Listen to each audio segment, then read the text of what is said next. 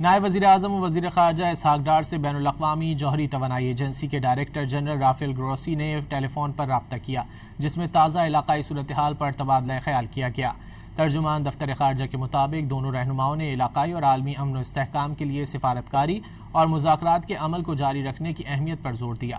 گفتگو کے دوران اس بات پر اتفاق کیا گیا کہ تعمیری روابط خطے اور دنیا میں امن و استحکام کے فروغ کے لیے نہایت اہم ہیں۔ ترجمان کے مطابق رافیل گروسی نے امید ظاہر کی کہ اسلام آباد میں طے پانے والی مفاہمتی یادداشت کے بعد متعلقہ فریقین مذاکرات اور رابطے کا سلسلہ جاری رکھیں گے تاکہ بات چیت کے ذریعے پرامن اور پائیدار حل تک پہنچا جا سکے۔ نائب وزیر اعظم و وزیر خارجہ اسحاق ڈار سے بین الاقوامی جوہری توانائی ایجنسی کے ڈائریکٹر جنرل رافیل گروسی نے ٹیلی فون پر رابطہ کیا، جس میں تازہ علاقائی صورتحال پر تبادلہ خیال کیا گیا۔ ترجمان دفتر خارجہ کے مطابق دونوں رہنماؤں نے علاقائی اور عالمی امن و استحکام کے لیے سفارتکاری اور مذاکرات کے عمل کو جاری رکھنے کی اہمیت پر زور دیا۔